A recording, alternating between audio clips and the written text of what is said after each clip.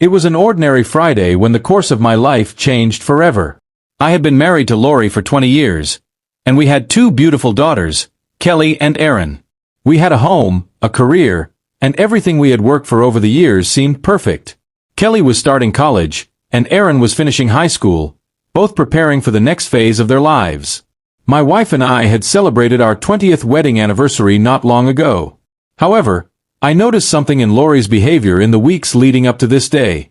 She seemed distant, withdrawn, but I had brushed it off as just a phase, perhaps a reaction to Kelly leaving for college, or the stress of managing our busy lives. On that Friday afternoon, I left work early. Erin was away at a school camp for the weekend, and I saw it as an opportunity to reconnect with Lori. I planned a quiet romantic dinner, hoping to bring some intimacy back into our relationship, which had been somewhat strained over the years. When I arrived home, Lori's car was in the garage, signaling she had also left work early, which I didn't think much of at the time. I walked into the house, called out for her, and she answered, "Yes, I'm here." As I entered our bedroom, I was shocked to see Lori in the process of getting ready, doing her makeup, and wearing the black dress I had given her last Christmas. Around her neck, she wore the elegant pearl necklace I had bought her on our anniversary years ago. Beside her was an open suitcase, and she was packing a few clothes. At that moment, everything inside me froze. My heart raced, and a strange numbness settled over me. What was going on? I hadn't planned for this, and the excitement I had felt walking into the house quickly dissolved into confusion and fear. "Are we going somewhere?" I asked, trying to hide the shock in my voice. "You didn't tell me anything about a trip." Lori lowered her eyes, and then she spoke. Her words hit me like a hammer. "Bill, I'm sorry, but I have a date this weekend." "A date?" Those words felt foreign and impossible. "A date?" I repeated, my voice trembling. "What do you mean? We're not in an open marriage." "Lori, how could you do this?" Her response was calm, almost too calm. "Bill, it's not an affair. I've just been feeling lost lately. Since Kelly left, I've been struggling, and this is like therapy for me. I need to reevaluate everything this weekend. When I come back on Monday, I'll be the same Lori, and nothing will change." I couldn't believe what I was hearing. My mind raced, trying to understand how my wife could justify this. "A weekend with another man will somehow make our marriage stronger?" I asked, disbelief hanging heavily in my voice. "Yes," Lori said firmly. "I need to feel young, beautiful, and alive again. This weekend is a gift to myself, and I want you to understand that." The words didn't register. I was stunned, speechless. The woman I had spent half my life with was talking about spending the weekend with another man, and I was expected to simply understand. "If you're determined to go through with this," I said, my voice shaking with anger, "it's your choice. But know this, you have until your Uber arrives to think it over. I want you to keep your phone on, but only for your safety, nothing else." Lori thought for a moment and nodded. "Okay," she said, "but promise me you won't follow me or try to ruin my plans."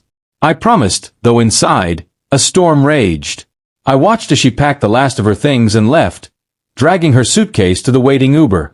Without a single glance back, she left me standing there in the silence of the house. I wanted to stop her, to beg her to stay, but I didn't. I didn't want to demean myself. As soon as Lori was gone, I grabbed my phone and did something I hadn't planned for, but in that moment, it felt like the only option. I called Sarah. "Hi Sarah, it's Bill," I said, my voice trembling. I explained the situation quickly. Lori had left for the weekend with another man, and I could no longer stay in this marriage. Sarah's voice was warm, familiar, and comforting. "Bill, it's been years. I've often wondered how you've been." I briefly explained everything and, after a moment of silence, I asked, "I made you a promise years ago, and now I'm keeping it. I need to talk. Would you be open to spending this evening with me?" Sarah agreed, and I headed to her house. When she greeted me at the door, I felt the weight of the past years melt away. Sarah's warmth and understanding helped calm the chaos inside me. We talked for hours that night about Lori's betrayal, our shared past, and the emotions I had suppressed for years. But as the night went on, I realized that what I had once felt for Sarah was not just a fleeting affection. I had always cared for her, but now I wanted more than just one night.